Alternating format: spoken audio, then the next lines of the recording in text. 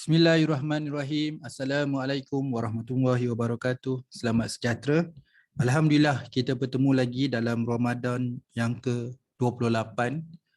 Okey, kita dah selesai perkongsian secara spesifik untuk chapter kan? Bab 1 pengenalan, bab 2 literature review ataupun kajian literatur, bab 3 metodologi and bab 4 analisis.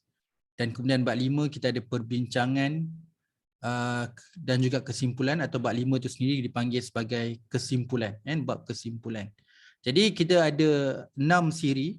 Seterusnya adalah berkaitan dengan tip and tricks, menulis artikel yang saya khususkan by chapter juga, ataupun kalau tulis artikel ni kita tak panggil chapter lah, kita panggil section. Okey, ada 6 section. Okey, section pertama adalah section pengenalan. Session kedua adalah kajian literatur, session ketiga metodologi, session keempat adalah analisis, session kelima perbincangan, session yang keenam adalah kesimpulan. Jadi ada 6 siri. So hari ini 28 Ramadan, untuk kita habiskan 6 siri itu kita akan sampai kepada 3 Syawal. Tapi tak apalah, jadi kalau tanya saya memang ikutkan perancangan sampai 30 Ramadan je. Jadi ada extra lagi 3 sebab saya ingat bila tulis artikel ni kena khususkan. Jadi sebab tu saya ada tambahan kepada analisis, perbincangan. Jadi biar ada 6 section lah. Biasa dalam tulis artikel memang kena ada 6 tu, kena ada pengenalan, literature, method, analysis, discussion dan juga conclusion. Okey, kita mulakan yang pertama di 28 Ramadan ni untuk kita kongsikan tips and tricks menulis artikel di bahagian pengenalan. Okey. Ada sedikit perbezaan kat sini. Biasa tulis artikel, kalau saya buat khusus pun ramai yang tanya dari segi berapa muka surat. Okey. Sebelum saya ceritakan muka surat, saya cerita dulu bahagian dia. Okey, biasanya dalam penulisan artikel dia tak ada subtopik lah. Kalau kita buat 1.0, kalau tak ada 1.0 dia direct tulis pengenalan, dia tak perlu ada 1.1, 1.2, tak perlu ada. Dalam pengenalan tu include semua benda. Dalam pengenalan ada latar belakang, ada pernyataan masalah, ada objektif, ada jangkaan sumbangan kajian dan juga apa outline artikel ni. Jadi semua tu dalam bawah satu je dalam pengenalan. Biasanya kalau tengok je dari segi fizikal dia, pengenalan melibatkan beberapa perenggan. Okey, kat sini saya nak advise. Latar belakang dalam 1 atau 2 perenggan. Yang perenggan subjektif kan, ada yang tulis perenggan pendek, ada yang perenggan panjang, ada yang 3 sentence dia dah cukup 1 perenggan. Yang ni subjektif. Yang itu subjektif. Okey. Kemudian 1 perenggan untuk pernyataan masalah. Bagi saya tulis artikel 1 perenggan pernyataan masalah dah cukup. Okey, objektif mungkin dalam 1 perenggan pendek. Sebab objektif direct je, ataupun kadang-kadang objektif ni dia blend sekali dengan pernyataan masalah pun boleh, dalam jangkaan sumbangan kajian pun boleh. Jadi saya letak sini objektif 1 perenggan, jangkaan sumbangan kajian adalah 1 perenggan, outline artikel pun dalam 1 perenggan. Ingat dalam bahagian pengenalan, dalam artikel tulis pengenalan, dalam pengenalan perlu ada latar belakang, pernyataan masalah, objektif, jangkaan sumbangan kajian dan juga outline artikel. So ada semua sekali, ada at least kena ada 5 lah. So latar belakang 1-2 perenggan, pernyataan masalah 1 perenggan, objektif 1 perenggan, jangkaan sumbangan kajian 1 perenggan, outline artikel 1 perenggan. Kalau ikutkan dalam 1 muka surat ni, dia sebenarnya kalau ikutkan sini berapa perenggan? 1, 2, 3, 4, 5. So dia jatuh 1 atau masuk muka surat kedua je. Kalau tanya saya memang pengenalan saya tak buat panjang. Dan kalau kata 1 muka surat, cukup 1 muka surat je. Tapi kadang-kadang format artikel ni ada yang double column dan sebagainya. Kadang-kadang sebab muka surat pertama tu kita ada title, ada nama kita, ada affiliation, lepas tu ada abstract, lepas tu pengenalan. Jadi memang tak cukup lah muka surat pertama sebab separuh atau lebih separuh tu dah ada perkara-perkara lain. Jadi dia akan masuk page yang kedua lah. Jadi kalau campur separuh page pertama dengan separuh page yang kedua tu, ataupun kita kata pengenalan tu berada dalam page 1 dan page 2 saja. Okay? Alright, itu kita panggil dari segi technical physical dia. Apa yang perlu ada dalam pengenalan artikel. Jadi nak ditulis. Jadi katakan 1 atau 2 perenggan dekat latar belakang tadi, bolehlah tulis isu-isu yang relevan. Yang ini sama macam kita punya siri yang pertama dalam Ramadan kita, cerita tentang latar belakang.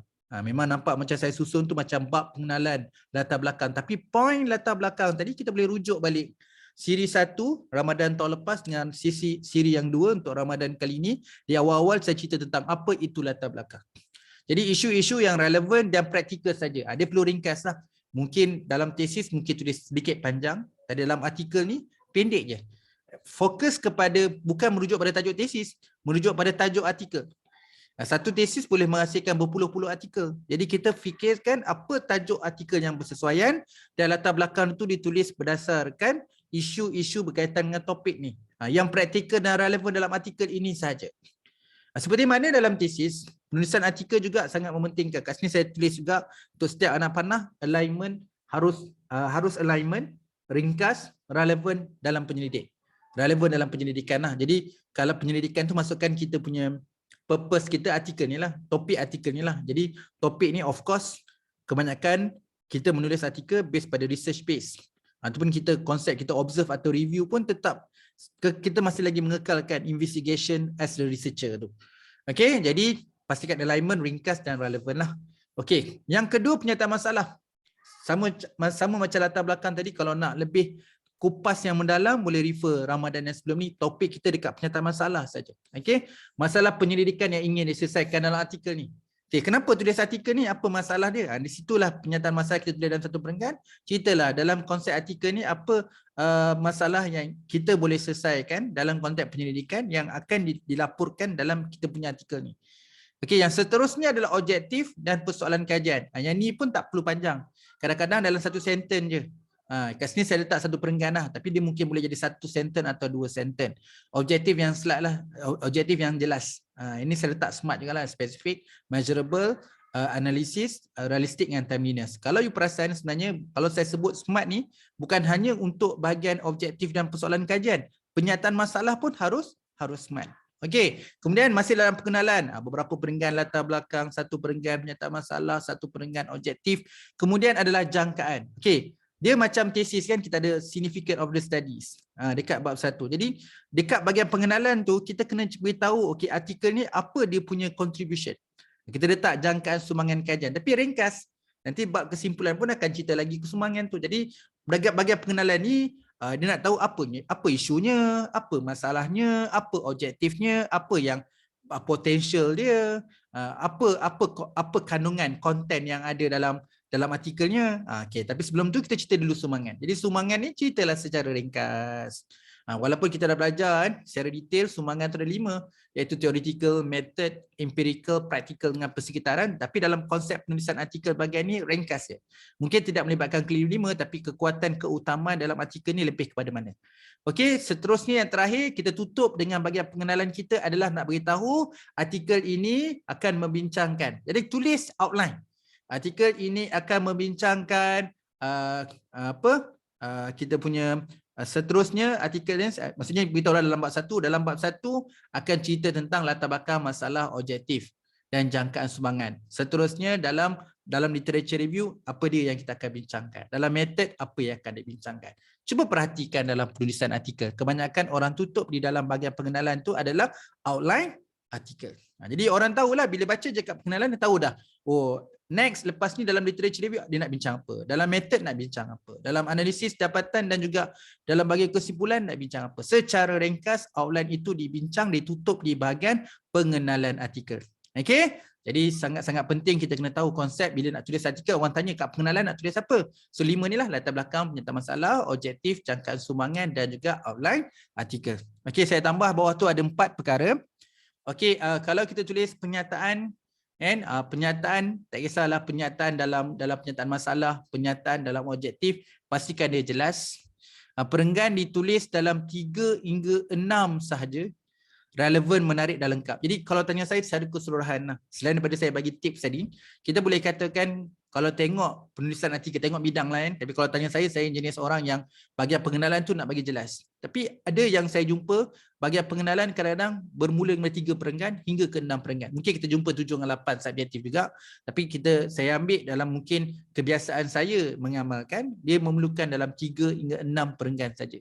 Kalau tengok kat sini kan, dia lebih kurang 1, 2, 3, 4, 5, 6. Dia boleh jadi 6 perenggan. Jadi ada orang yang buat lagi ringkas, contoh macam objektif dengan penyataan masalah, dia combine jadi satu perenggan.